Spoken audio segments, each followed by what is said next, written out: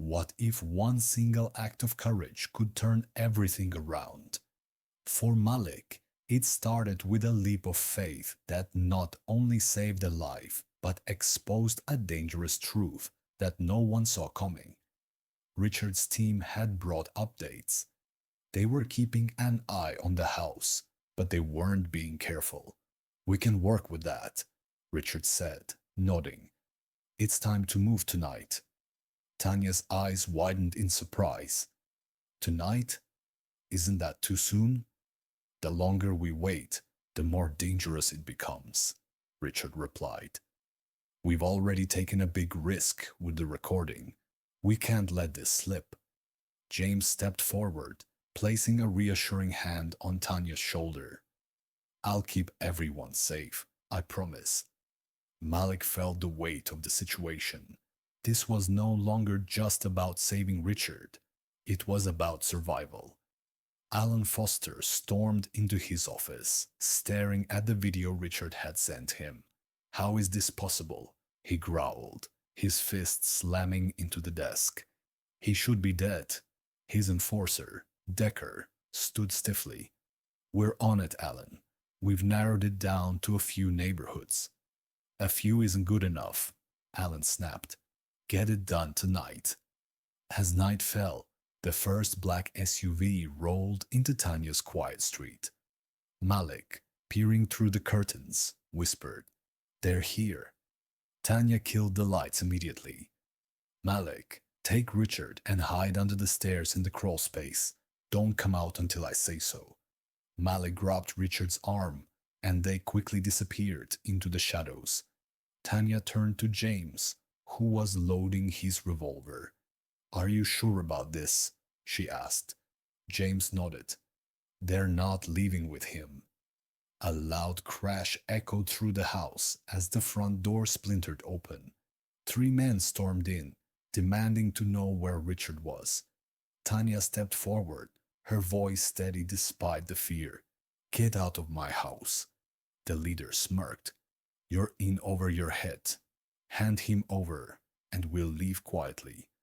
James stepped into the open, revolver aimed at the man. You brought trouble with you. Now get out. The leader motioned for his men to search. Just then, Decker appeared, dragging Malik out of the crawl space. Found the kid, he sneered. Tanya's heart froze.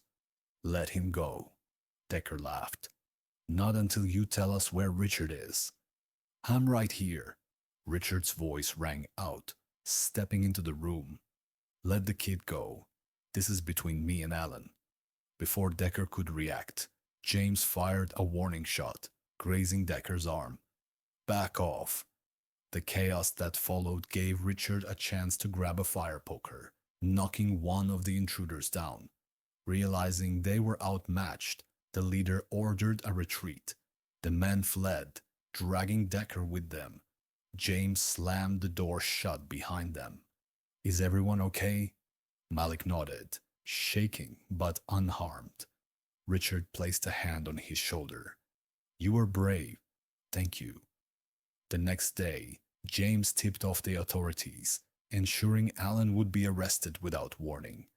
By noon, police raided Alan's mansion, finding enough evidence to charge him with embezzlement and attempted murder. Alan was dragged out of his mansion, his usual arrogance replaced with disbelief. They've got him, Malik said, watching the news that night. Richard nodded, though his face remained grim. It's not over. He'll fight it all the way. But at least the truth is out. The trial was intense. The prosecution presented damning evidence, falsified records, missing millions, and Richard's testimony about the attack. The courtroom grew tense when Malik took the stand. I was fishing when I heard a crash, Malik said, recalling the night of Richard's attack. I saw a man thrown off the bridge. I jumped in and saved him. Alan's defense lawyer tried to discredit Malik, but the judge overruled the objections. Malik's testimony, combined with Alan's former associate turning on him, sealed Alan's fate. After 4 hours of deliberation, the jury returned with a guilty verdict on charges of embezzlement, fraud, and attempted murder. Alan was sentenced to life without parole. That evening, Malik stood by the river, reflecting on how one decision, one act of courage, had